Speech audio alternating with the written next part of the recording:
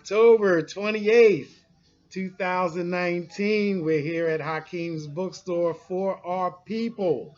That's our series. Here I am Andre Smith, SmittyBanton. I'm your scholar in residence here at Hakim's Bookstore, 210 South 52nd Street, West Philadelphia, right between Walnut and Chancellor. Hit Chancellor. That's where the free parking's at, right? Come on in the bookstore, hanging out with us. This is Monday morning. Everybody's welcome back to work and all that. Go Sixers for all you basketball fans and whatnot. We're the oldest black bookstore on the East Coast, the oldest black bookstore in Philadelphia. Shout out to Black and Noble. Shout out to Amalgam. Shout out to Uncle Bobby. Shout out to anybody we missed. All of us promoting black books, education, higher learning, self-education.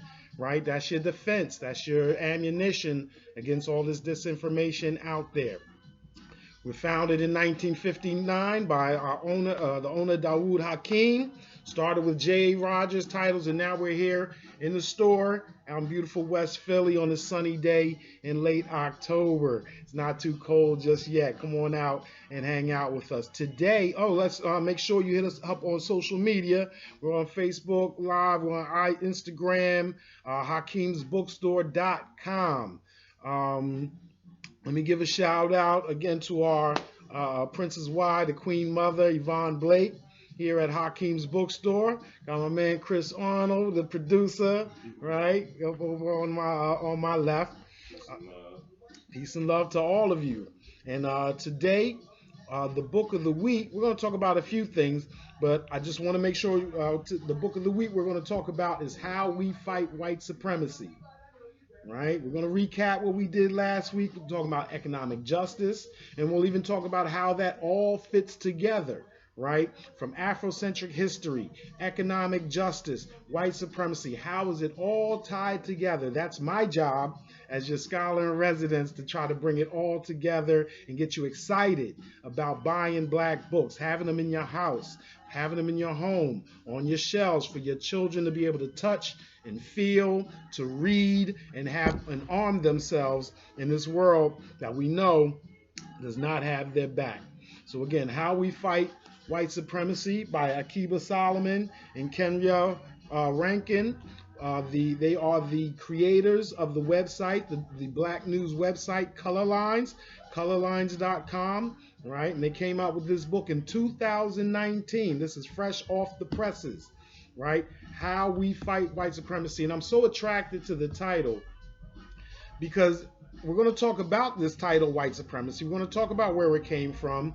We're going to talk about one of the original scholars who brought it to light, Frances Cress Welsing, her partner, Neely Fuller, and all that, and what it means when we say white supremacy. We're not talking about anything natural or universal that places white folks on top. We're talking about a system that's been put in place to basically garner all the material benefits this world has to offer and disproportionately give it to white folks and so-called Europeans and what have you. We're going to talk about more specifically what we talk about white supremacy, but what I really love about this book is we can't stop there. Too often we talk about racism, we talk about white supremacy, and we talk about discrimination, and we have this contest about who can express it the flyest with the best words and most precise, but that doesn't destroy it. Just calling it out doesn't do anything really to it, right? So how we fight white supremacy after we recognize it, what are we going to do about it? What are we going to do about it? All those from old school hip hop folks from the early 80s know what I'm talking about. I want to give us a few more shout outs before we all get into the meat of our discussion today. I want to shout out Sybil Williams Clark. This is the widow of John Henry Clark, the famous Afrocentric scholar. We have some of his books also in the store. Right over there, we have African People in World History. You've seen his videos on YouTube. You've seen them, or hopefully you'll catch them on Facebook and elsewhere. This brother loved us, maybe more than we loved him, as we do sometimes to our scholars. But he had a wife and someone that supported and promoted his work and allowed him to be who he was, right? She loved him so he could love us. right? And that would be Sybil Williams Clark, who died this year, or passed away, or transitioned this year, back on October 1st. Her homegoing was on this past Saturday. She was not only the wife, just like so many women that support our brothers that are in the public eye, she had her own hand in the struggle. She was a coordinator for the March on Washington, a student coordinator, as well as being someone that promoted and organized Professor Clark's work. So without her, a lot of the things that we've done just can't come to be. No, there's no way scholars that you know can read and write all of the hundreds, if not thousands, of books that we read and then write them if you don't have support. So let me even right now give a shout out to Miriam Wright, to Doreen Johnson, beautiful mothers of my 3 children, Jasmine, Marley, and Lauren. Love you all. But let me give you a little blurb from the Philly Tribune about the accolades given to Miss Sybil Williams Clark. We've always had women in the movement who are behind the scenes making things happen, explained Leonard Jeffries, former chairman of the Black Studies Department at City University of New York and protege of Clark. And many of you who've been in Afrocentric and been in been reading Black scholarship for a long time, you guys know Leonard Jeffries. Right, William Clark's knowledge and participation in organized struggle in the Caribbean in the earlier half of the 20th century made her an asset to the African American cultural groups of the latter day who were reaching out to their Caribbean and African counterparts. Mama Sybil, who she was called, was a formidable and intellectual revolutionary organizer in an own right, of course, said Greg Carr, a brother that I've worked with, who is the chair of the Howard University's Department of African American Studies. She was an original and very forceful thinker around Pan-Africanism, about revolutionary theory in general. Greg Carr said this about Sybil Williams Clark, Mama Sybil. If you don't know who Greg Carr is, go back and watch the video of John Henry Clark debating Cornel West. Right, we know Cornel West tends to get in spats with people all the time. Well, it goes all the way back to the late 80s, and they did a debate at Ohio State University. Shout out to Leroy Purnell. I seen you in the video.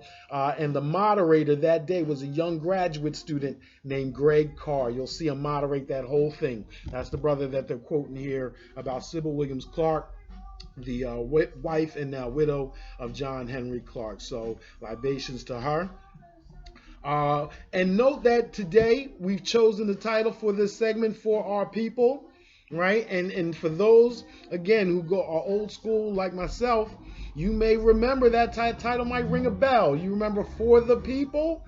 Right. Lister Velt Middleton had a show very similar to what we're producing here, going back to the PBS days, going to before Tony Brown's Journal. A lot of you guys remember and still watching Tony Brown's Journal, right? I grew up on that stuff, and before Tony Brown, there was also a brother, or maybe contemporary with, there was a brother, Lister Velt Middleton, who passed away in the 90s. First time I ever saw John Henry Clark. The first time I ever saw Ivan Van Sertima.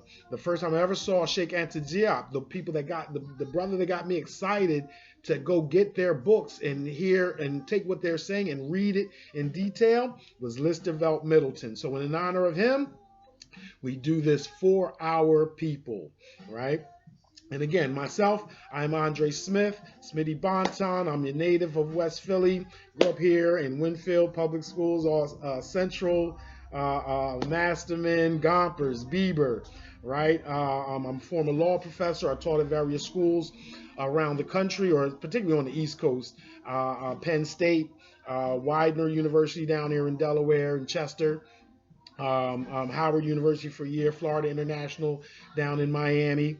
I've taught and authored several books in law, race, economics. I'm a tax scholar. I've written a book called Black Tax, Tax Law and Racial and Economic Justice.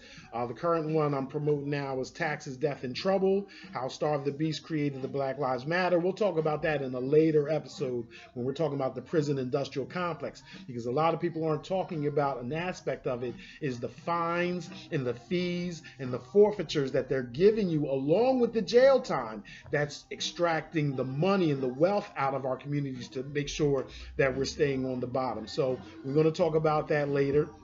I also am currently writing a book called Afro-Atlantic and Jurisprudence. That is for those that are interested in law or pre-colonial Africa. The way, what if we descended from kings and queens? What? Let's be more specific about that.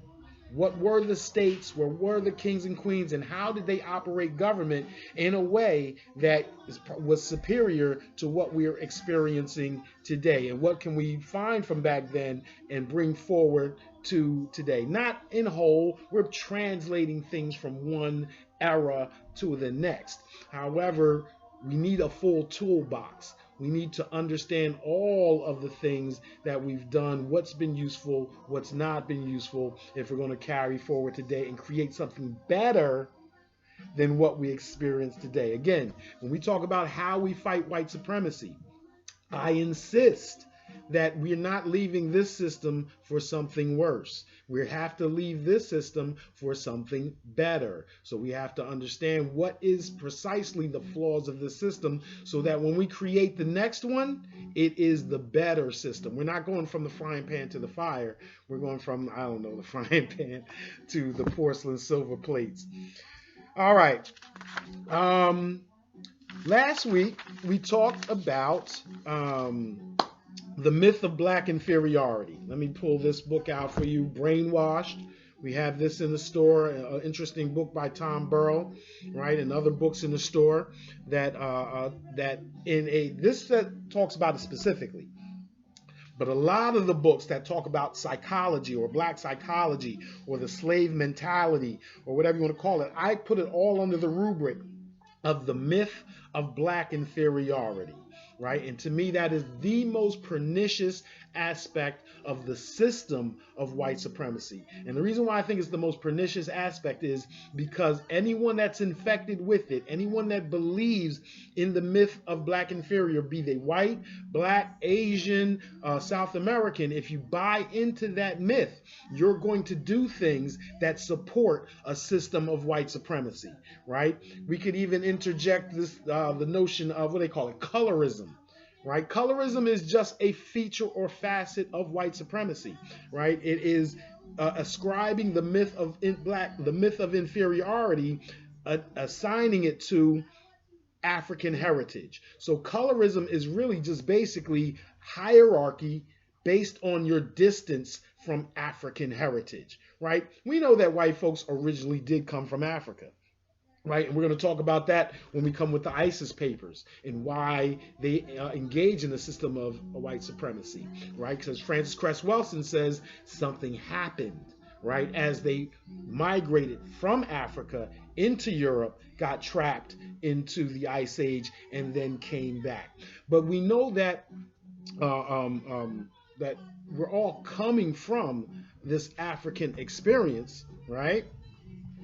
So the question becomes, how do we fight white supremacy? How do we bring ourselves to a time that where it is not, and let's understand, we're not talking about utopia, right? We're not talking about bringing heaven here on earth. We're talking about returning the global and national political systems, one that to more merit, right? To a better system. Right? The world operated without white supremacy for thousands of years, right? Let's acknowledge that. That's one of the most important aspects of these books on Afrocentric history. That's the importance of Ivan Van Sertima, John Henry Clark, Marimba Annie. All of them are able to tell you what societies were like prior to, as you learned it in your history classes or our history classes, the way we're taught in Eurocentric classes, the Renaissance, the Enlightenment, right? These are not, white supremacy did not always exist. They tried to make us believe that it always existed. That's the point of having white pharaohs in Egypt. And changing and insisting that Egypt or somehow was created by aliens or white folks or whatever, is to insist that white supremacy always has existed. Why? Because then you don't fight against it. If you believe it's natural, if you think that it's undefeatable, then you don't fight against it. But if you understand that it did not exist until 300 or 400 years ago, and that every peoples around this planet has had a period in the sun where they pretty much ran things, then you know that at some point in the future, we may not know that particular date, but at some point in the future, we can go back to a world where competition, the resources that are exchanged and whatnot, are delivered based on merit, right? That's a goal of hip hop. Um, Years ago, we did a conference similar to this with KRS-One, hip hop and the art of civilization building. That was his a theme that he participated. This was maybe around 2005 down in Florida International University. It was called the Organic Hip Hop Summit. And KRS-One presented a piece called the Hip Hop and the Art of Civilization, because again, his goal is not just to identify white supremacy, but how then to fight it. And fighting it meaning establishing a better system, right? He would say that the goal of hip hop as a civilization was peace and prosperity. How? Through merit, right? Whether it's breakdancing, MCing, DJing, whatnot, hip hop is all about praising those who elevate themselves through their gift, through their craft. I'm better than you because I say I'm better than you, right? And that all of hip hop participates in judging or establishing this competition, right? And the meritorious, at least in hip hop, we're talking about hip hop, not the rap music industry. But in hip hop, right, the merit then rises to the top. So you see breakdance competitions in Korea, because right now they're the hottest breakdancers right now. Shout out to B-Boy Pocket in the Philippines and all that, doing ridiculous stuff with the things that we invented, right?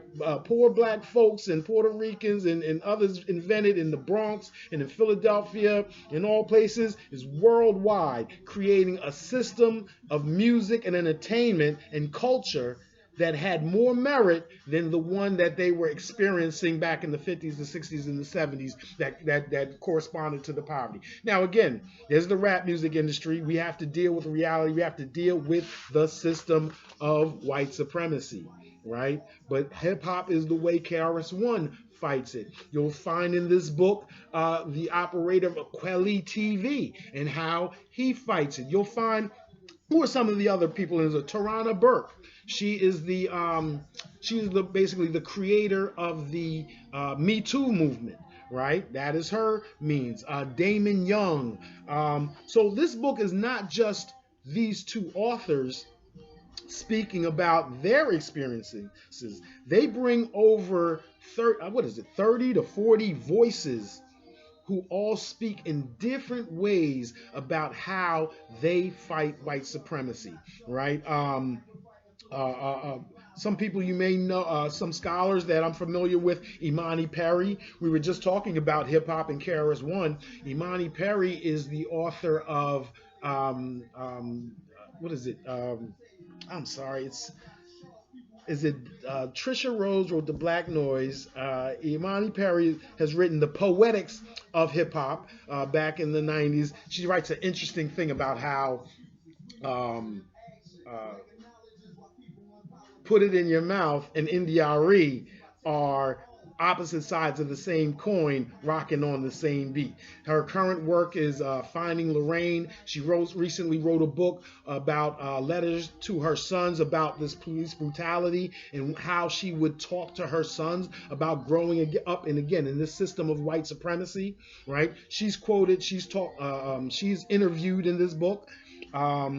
Mumia Abu-Jamal, right? Somebody, on the one hand, a scholar you may not know, based out of Philadelphia, teaching at Princeton, but out of Philadelphia again. Mumia Abu-Jamal is also in this book about fighting white supremacy. Hakim Madbouti, who is the creator of Third World Press. We're here in Hakim's bookstore in West Philadelphia, selling books that this man helped create, that he didn't write himself. Everybody's got a role in the struggle. He has written. I believe there are some Hakim Madbudi books in this store. But more famous than that, he is the publisher. He is the creator of Third World Press, who has published so many of the other authors in this book. So without his outlet, right?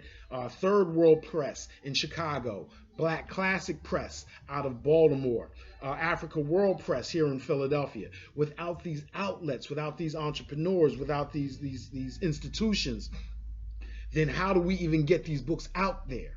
I saw Dolomite is my name this weekend on Netflix. Now again, great movie, and it's a paradox, right? Because the movie is about a brother who doesn't see himself on screen. There's no outlets for him. So he creates his own movie. He creates his own outlets, right? At the same time, the movie shows how he had to, in fact, deal with white supremacy, right? And how he didn't get to reap all of the rewards for his creative genius. And even taking it further, the movie that was made about him, right? As much as I enjoyed the movie, it was I laughed, I cried, it became a part of me, all that good stuff. It consciously represented a lot of dark-skinned actors. They made a very conscious attempt to include as many dark-skinned actors as possible. So many things to applaud about it, except what? The producer, the writers, the directors, the outlet, even Netflix, are still white-owned outlets that we have to get our stuff through in order for it to be produced, in order for it to be publicized. I don't say we have to, but those seems to be most popular. So there's a paradox in the movie that is talking about the success of Rudy Ray Moore and how he produced and made this independent, basically cult classic. On the other hand, even today, our appreciation of it is coming through Netflix because we haven't created our own institutions, like the brother in his book that the family had tried to create, Quelly TV, right? Again, how we fight white supremacy is very, very, very important. We can recognize it. We can call it out. We can shame it, right? That's the game on Facebook and social media, the shame game, to identify people that have that support white supremacy either outwardly and shame them. That is perhaps a way to fight it. However, if white supremacy is a system, right? If it is a system, then you're talking about dismantling a system or creating another system in its place. So how we fight white supremacy, all of the books in the store, how we have to re-educate ourselves, right? If we're going to build the better system, then we need this information from all of these authors about so many topics, so many subjects, so we can rethink, so we can recalibrate, reconfigure our brains from what we've been taught to what we know and applying knowledge, wisdom, and understanding. Who else is in this book? Harry Belafonte, right? For all my old heads, right? For all of us that go back to the 70s, the 80s, right? Harry Belafonte is in the book. For all the youngsters, Ta-Nehisi Coates has a chapter or a place in this book. So I think this is a very, very excellent topic or excellent work, 2019. It's published by a very small author, so a small publishing group, Bold Type Books. So I appreciate the fact that this book has gotten so popular without being distributed by the major books. Now you can get it here at Hakim's Bookstore. You can get it online, hakimsbookstore.com. hakimsbookstore.com. We are on Facebook. We are on IG, or you come down to the store, 210 South 52nd Street, beautiful West Philly, right between Walnut and Chancellor, Walnut and Locust, right? So let's talk about white supremacy specifically. What do we mean by that? Is it innate? right? That's what that's interesting tightrope dance that we sometimes have to play.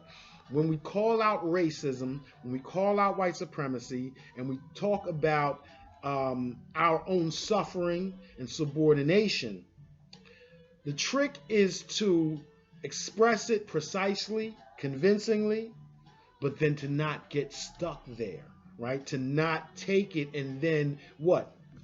Establish or recertify your own myth of black inferiority, to think that, oh, all these things were done to us, we allowed it to happen, and this is just where we are, the game's up. I have met people like that. I actually appreciate those who have expressed it outwardly, because some people just act it out, right? That we can't win, right? For those that watch The Win, remember the Scarecrow?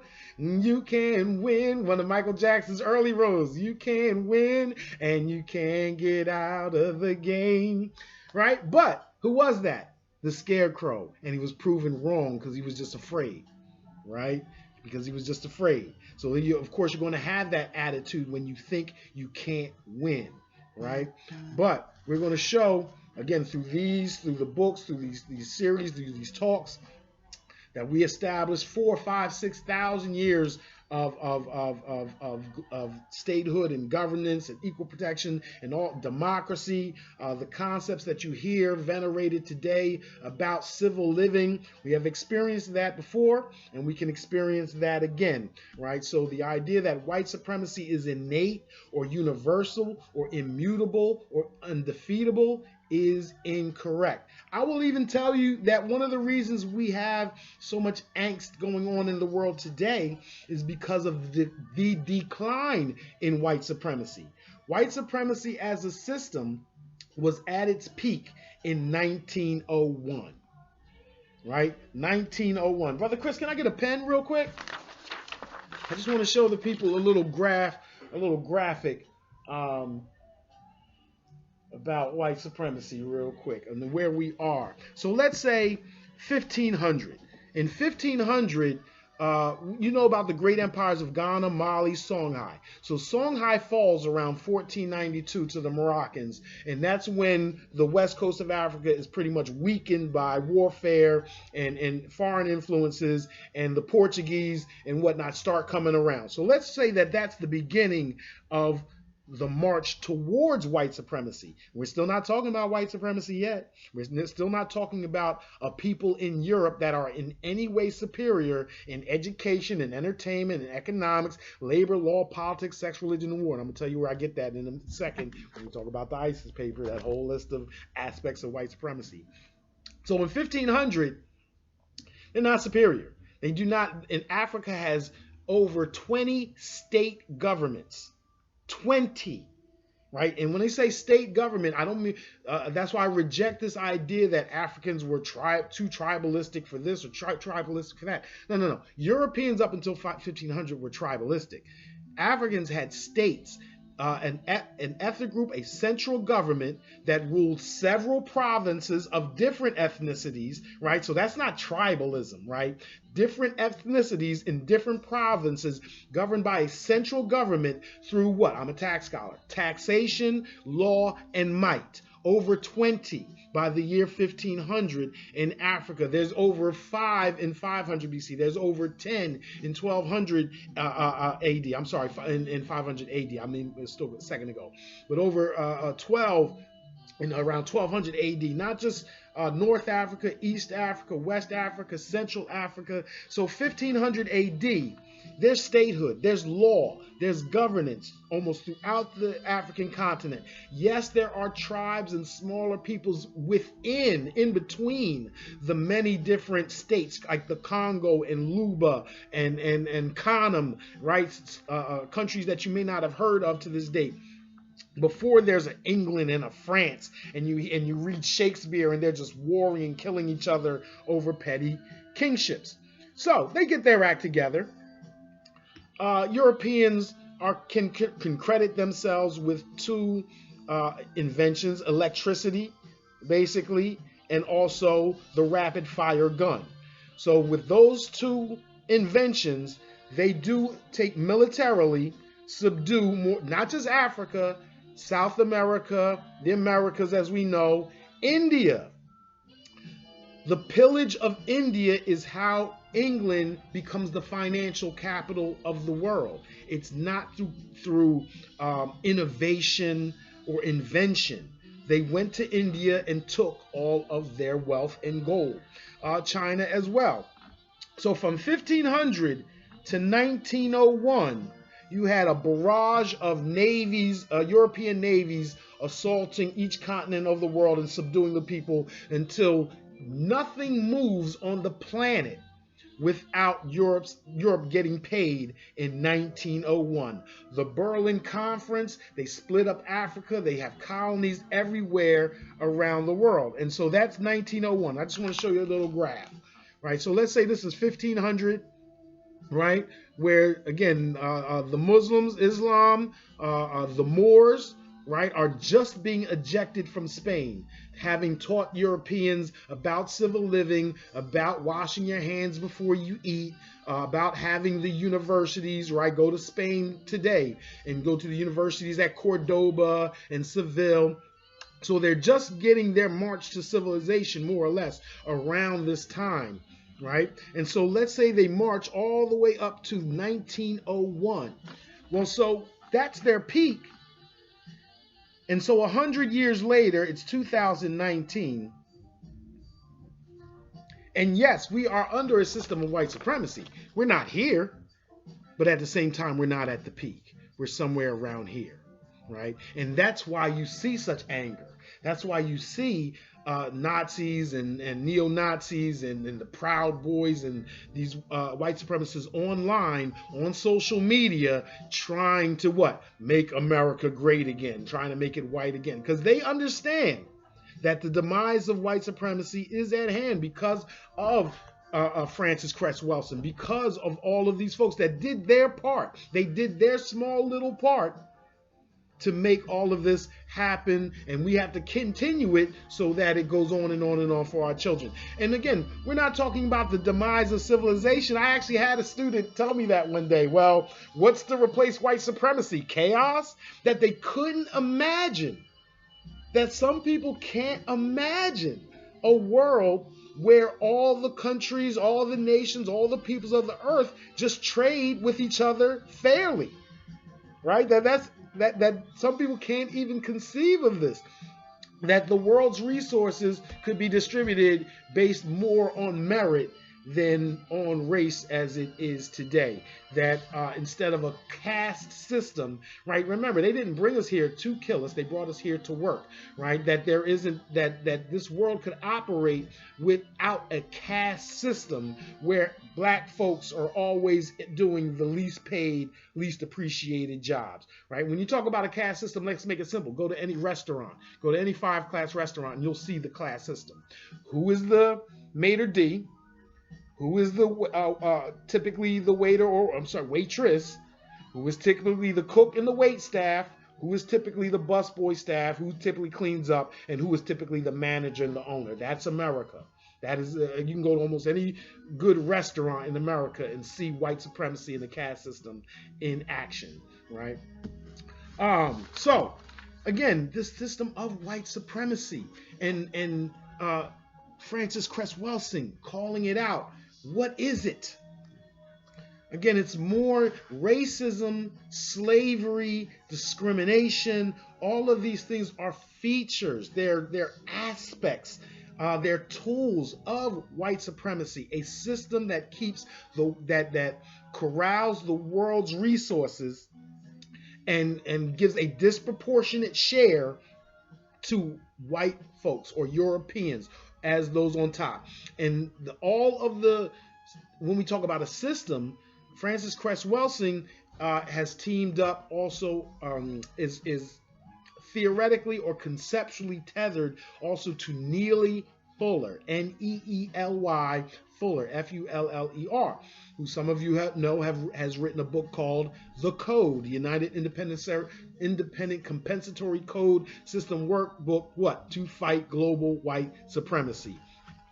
So understand that as great as this book is, as fantastic as it is, as much as we want you to read this book in 2019, it is on the shoulders of our recent ancestors, of those that came before it, right? Fighting global white supremacy, Neely Fuller and Francis Cress Welsing. So when you get How We Fight Supremacy, you need to get the ISIS papers right behind it, right? Remember, you know the ISIS papers. For those of you that don't know the name ISIS papers or do not know the name Dr. Francis Cress Welsing, you are familiar with some of the concepts in this book, because I know you saw Boomerang way back in the day. You remember Boomerang, Martin Lawrence, Eddie, what we were just talking about, Eddie Murphy, right, with Dolomite, right? So remember back with Boomerang, Eddie Murphy and Martin Lawrence are in a pool hall. And they're shooting pool, and Martin Lawrence is breaking it down, right? And he's supposed to be cast as some conspiracy theorist, right? That's the beginnings of this whole disparaging black nationals, that's Hoteps, but whatever. And he breaks down that the white ball, in the game called 8 Ball, the white ball job is to knock all the colored balls off the table, and you win the game at the end when you finally knock the black ball off last, right? And that is a symbolization of white supremacy. That comes from the ISIS papers. Martin Lawrence and the writers of Boomerang didn't just make that up out of whole cloth. That is actually out of the ISIS papers. Her theory is that, and again, I don't want to give away the whole book, but you can read this 5-6 times over. There's almost nothing I can tell you that should dissuade you from reading this and enjoying it. It's so fabulous.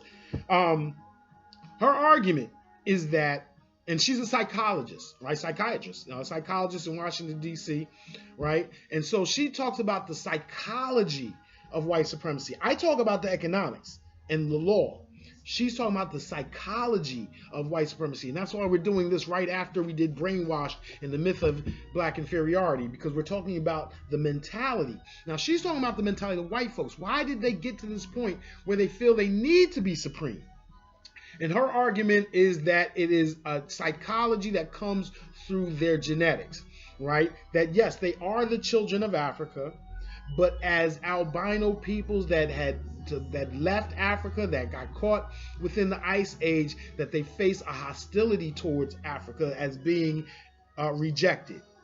More than that, more specific than that, she argues that, again, white folks know that white skin or the lack of melanin is a genetically recessive trait. That when Africans and Europeans couple, right, when we in biracial marriages, that the African genes more or less dominate, that the melanin dominates, right, and that is not lost on white people's DNA. All humans are programmed towards survival, and yet intermixture of the races would mean genocide, their own self-immolation, as far as Europeans and their recessive genes are concerned.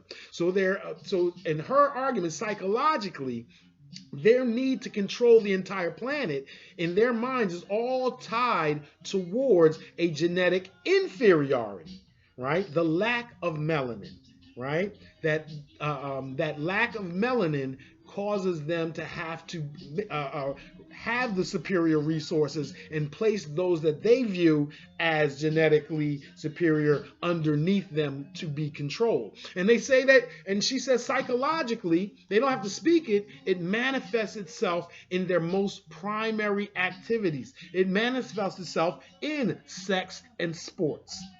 Right? The most primal activities that you can think of, she argues that that's where the psychology of white supremacy is most evident. So she calls it ball theory, right? This idea of the white ball knocking all the colored balls off the pool table. It doesn't stop there. She says take all of sports and notice that sports are generally speaking about white men fantasizing about being black men, right? That's why they want to own black slaves or black men and have them run around so that they can visualize themselves as these people, as physically superior when they are not.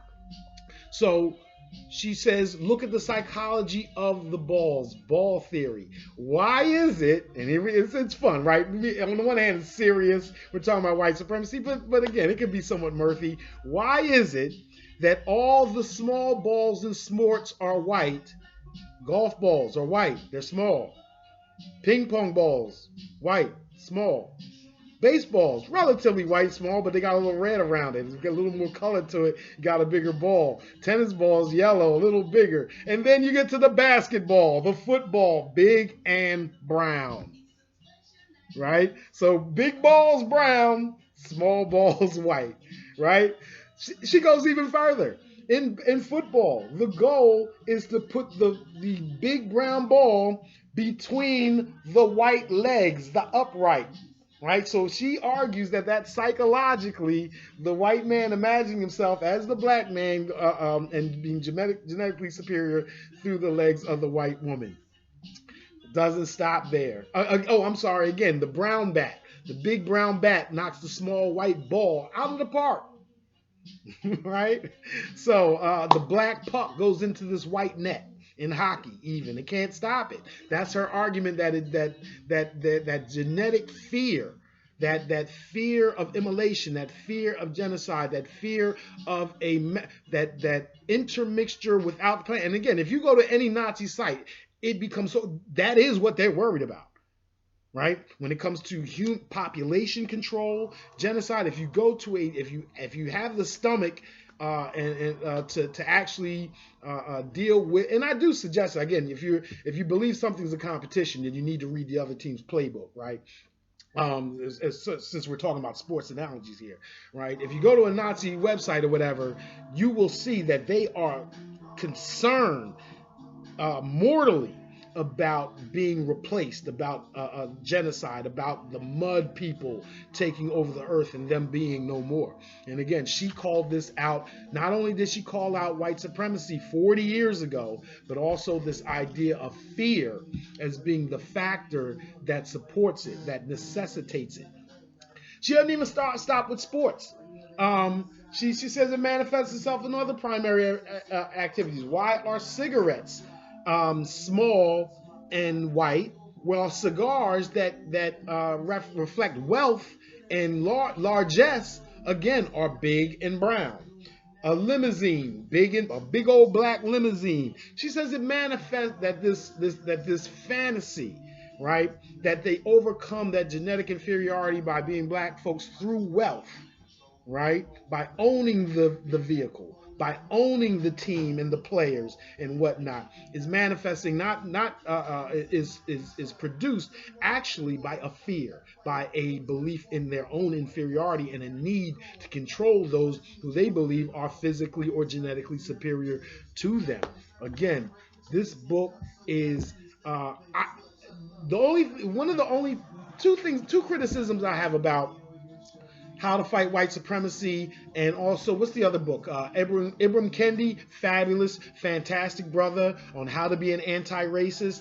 My complaint about them is I don't believe that they, and again, I hope I see you guys and we can chop it up over dinner at the next conference. But you gotta promote Frances Cress Welsing. You gotta promote Neely Fuller and tell folks that these folks have been at this for 40 years. They were writing these books when it was wildly unpopular, when they were thought of and cast aside as radicals, when they were not given academic positions, when they had to have small private practices and what have you. So the scholars that have come out today, you gotta give a shout out, right? You gotta give it to our very, very recent ancestors. It's one thing you hear me talking about in Hotep and Queen Nzinga, people hundreds and thousands of years ago, but you got ancestors in your family, ancestors in our community, people that just are alive, recently passed, things that have done things before we did. We're not, as young folks, the creator of all things new.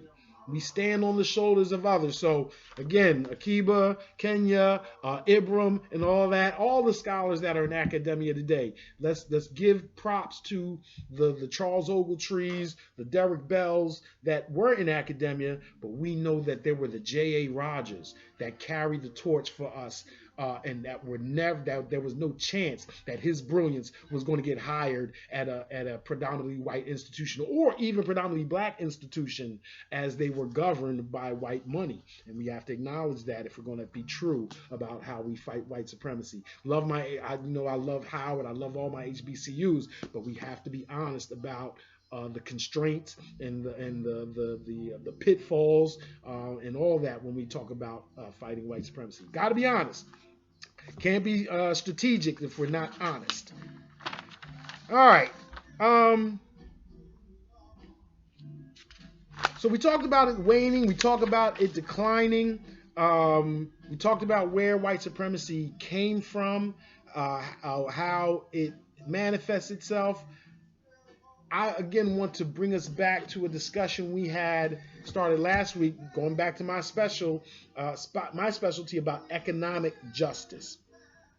What are the human activities in which white supremacy operates? Again, Neely Fuller and Frances Cress Wilson argue that if you're fighting white supremacy, and they argue that should be your life, right? They argue in United Independent Compensatory Code, right, that came out before, 40 years before How to Be an Anti-Racist, that your life as a black person should be dedicated to white supremacy, fighting white supremacy. There is no blackness without white supremacy, hardly. You could be African, you could be African American. I'm hip hop, I'm West Philly, I'm a Q. I'm a father. I have lots of identities. Blackness is my political identity, that I fight white supremacy with my thoughts and actions and deeds, or at least that's what I intend to, right? In education, entertainment, economics, right? Those are the first three areas of human activity that they call out white supremacy as a system of education where we're deceived, right? Or a system of education where one group has more access to information while another does not. Entertainment. So we talk about, again, colorism and the messaging and subliminals throughout entertainment. That some people fight white supremacy in entertainment, and how we fight white supremacy, they talk about that in there. Harry Belafonte talks about that. The great Paul Robeson, fighting white supremacy through entertainment. My specialty is economics, right? The economic systems, and let me make this clear. Some people are confused about how I am, oh my goodness, absolutely, understanding Jim Crow here, right? When we talk about the psychology of white supremacy as a system within entertainment, fabulous book that we have in the bookstore by David Pilgrim, right? Understanding Jim Crow. You guys remember Bamboozled? Right? Remember Bamboozled? They talked about all that imagery, right? The Alabama porch monkeys and whatnot, right? The racist imagery that they inundate us with through not just entertainment, but through products, right? Product placement in the supermarkets and stores. It's all visual for us to take in and ingrain ourselves with white supremacy, right? What you ingest is not just what you eat, right? And we have books on that too, right? What you ingest, healthy living and all that. But it's also what you read. It's also what you see, right? So white supremacy in education, entertainment, economics, that's my specialty. So that's what we've talked about last week when we talk about reparations, when we talk about the extraction of wealth through slavery, when we talk about black people being excluded from the GI Bill, from the New Deal, from labor unions, and slavery by another name, how slavery didn't even end till 1941. Just because there was a piece of paper in 1865 that said that emancipated the slaves, what does that do? Right? Even the white comedian, I love the white comedian that passed, George Carlin, right? He always said, as if we would notice, right? That slavery ended in 1865, as if we would notice. And then in 1955, Brown versus Board of Education ended segregation, as if we would notice, right? And again, this was made formal in a book that won the Pulitzer Prize, Slavery by Another Name by Douglas Blackman. It's a white guy, but it's Douglas Blackman, New York Times reporter. There's lots of other books along this type about convict leasing, right? About how wealth, that even though you had greater freedom of movement from the abolition of slavery, from the prohibition of slavery, financially there was no difference for 85% of all black people who lived in the South. That being a sharecropper, you had the same savings that you had on that same farm that you did when you were a slave. So also read the book Martin Delany, the father of black nationalism. He wrote a book responding to Uncle Tom's Cabin called Blake, The Huts of America.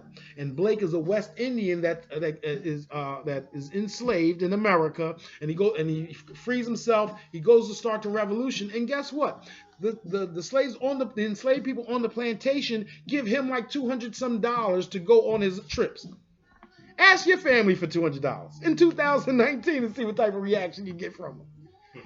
So we had slaves in 1847 that could put together $200 to give to somebody to go around. And $200 back then is a lot more than it is today. That could go around and be on his travels, where we can barely get $200 today, even though we're technically not in slavery. So again, slavery by another name. How does the sharecropping system, how's the convict leasing system, how does the prison, the pipeline system all keep us in a state of poverty? Even if you are freer, okay, I am free to go across state lines, maybe, right? I am free to do certain things without a pass or an ID, maybe, right? Again, we'll talk about chokehold and items with the police and Black Lives Matter as well. But even if nominally, we were allowed that freedom of movement that we didn't have as slaves, financially, where you going with no dough?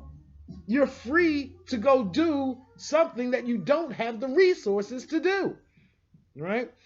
So economic justice is a feature of white supremacy that I think is finally getting a little more attention. As a law professor, again, most of my colleagues, again, I love you all. You do fabulous work, but we focus so much on liberty.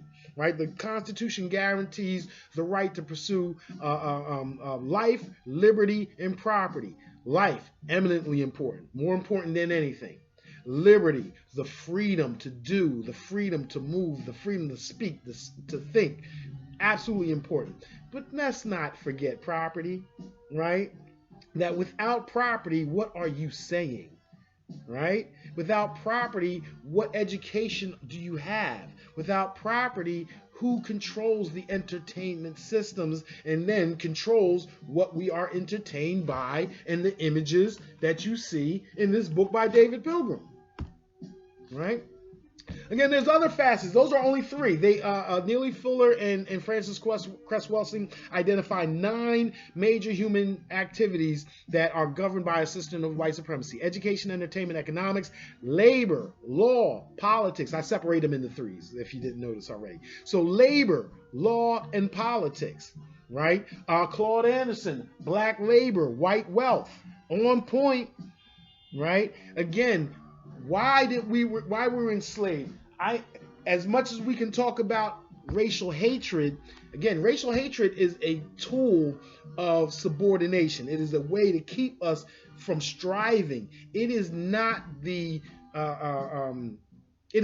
object, right? The object of racism, the object of a caste system, the object of a white supremacist system is to make sure I, as Captain Picard, run the ship, but I don't clean the toilet. So again, even if you envision a socialist or communist a government and think that that's all fair, the fair distribution of capital in no system is guaranteed. There's always jobs that one person does not want to do versus the job other people want to do. Everybody wants to lead. Everybody wants to lead, but somebody has to also support. And so to make sure the leaders all come from this ethnic group versus all the supporters coming from that ethnic group, that is the essence of groupism or racism or white supremacy as a specific construct. So labor, right? We were brought here to work, right? So that's why I get, again, upset at some of my colleagues disparage programs that promote black entrepreneurship, right? And they say, "Oh, black capitalism." I am not afraid of the term black capitalism because I know they brought us here to work, and so escaping that servitude to me cannot be painted as a bad thing. Yes, we need to be more responsible with our entrepreneurship and the wealth that we create, but as far as, and also, do we control enough land to even consider ourselves communist, socialist, capitalist? Right? Those are systems that govern. Those are political systems that govern land. Here we have another again. Revolutionary Action Movement, a case study of an African urban revolutionary movement in Western capitalist society, right? So I encourage all of the criticisms of capitalism. We have Keonga Taylor over there with her book Black Liberation. She is also the author of Race for Profit. She is one of the leading scholars that criticizes racial capitalism. Fine, but there's also Herrenvolk socialism. So also read Charles Mills, The Racial Contract, because there is no system that guarantees the fair distribution of capital with respect to race. No matter if we're in a socialist, capitalist, or communist system, we as black people, we as the descendant of Africans, have to recognize when others are trying to put us within a particular caste and retain our full humanity, life, liberty, and property through economics, entertainment, education, entertainment, economics, labor, law. Again, that's one of my specialties. Politics, right? Those are all areas where white supremacy operates as a system. And then the last three are more personal: sex, religion, war, or as I say, competition, or what have you, right? So again, this idea of sex and race. J.A. Rogers, we have over there, right? His way of fighting. Let's go back to the beginning. J.A. Rogers' way of fighting white supremacy, right, was to write books that showed not just the greatness of Africans and black folks around the world, but even has great books on the 5 Negro presidents, the sex and race, all to show you that there's never been a racially pure world, right? There has never been a racially pure world. There's always been more or less so-called light-skinned or white folks in Africa and Africans basically all over the planet, right? So again, to the extent Europeans originated from Africa, were part of that migration all around the world. But then we know there have been 3 ice ages, and the last one ended only 15,000 years. You hear about the glaciers coming down right now. When you talk about please put the two together. Global warming, the fear of global warming is the fear of another ice age. The idea that the earth warms up, the ice that melts the ice from the north coming down to the south over parts of Europe, North America, and note that no ice age has ever covered the whole entire planet. In others, you know what I'm saying? It's never covered the equator. It's never covered Africa. So as these glaciers come down, where is going to be the prime real estate? All right, I digress. But we know that, again, this idea of global warming is a fear of another ice age, right? It's a fear of the earth warming, and then basically cooling itself by bringing these glaciers down, and the competition that is going to produce, because the available land will be so small, will keep shrinking. There's going to be greater and greater and greater and greater competition over the best parts of it.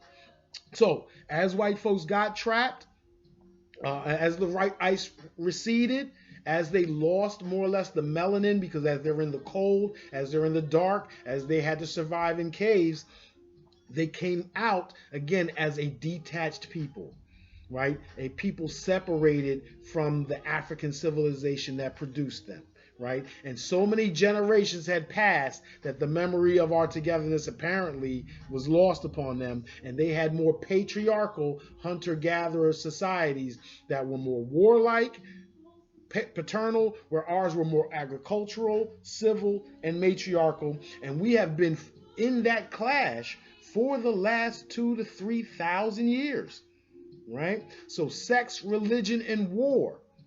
We can trace the origins of our of all the religions to their or Louis Farrakhan. I gotta hurry up because we only have a little bit of time left. But Louis Farrakhan has always made the point that if you take the word religion, right, meaning back, and lig or ligament or whatever being a tie, to tie you back to your origins, right? Sex is also your origins. And then we couple that with war, sex, religion, and war. This war or competition over the world's resources based on what you believe your origins to be, right? So this idea of white supremacy as a system, we see it in religion. We see it in the wars that go around this world, in the colorization, in the colorism that's in these wars. We see it in our sexual politics. We see it in our regular politics. We see it in law. We see it in labor, right? In our working class. We see it in education. We see it in entertainment, and we see it in economics. And anywhere of those places, any one of those places is where you can decide that that's where you fight white supremacy. So please pick up this book, right? Read of all the people that it cites and interviews and shows how each one of us can have our small piece in this fight of against global white supremacy and producing a better system. Let's never forget that the end of white supremacy does not end in chaos. It has to end in the better system, the system that we can create that better preserves and promotes meritocracy, the idea that goods, services, wealth, and all of that comes to you based on your deservedness rather than what group you ascribe to. So that's today's For Our People here at Hakim's Bookstore, 210 South 52nd Street in beautiful West Philly. We're right between Walnut and Locust, basically Walnut and Chancellor. Get that free parking on Chancellor and Locust. Spend your money here in the bookstore. Pick up all of these books. Pick up the Claude Anderson. Pick up Slavery by Another Name. Pick up How We Fight White Supremacy. Pick up ISIS Papers, right? We're the oldest black bookstore on the East Coast. The oldest black store in Philadelphia since 1959. Come see us on HakimsBookstore.com. Come check out the Facebook page, Instagram, everywhere. And we will see you again in a week or so. Have a great day. Hotep.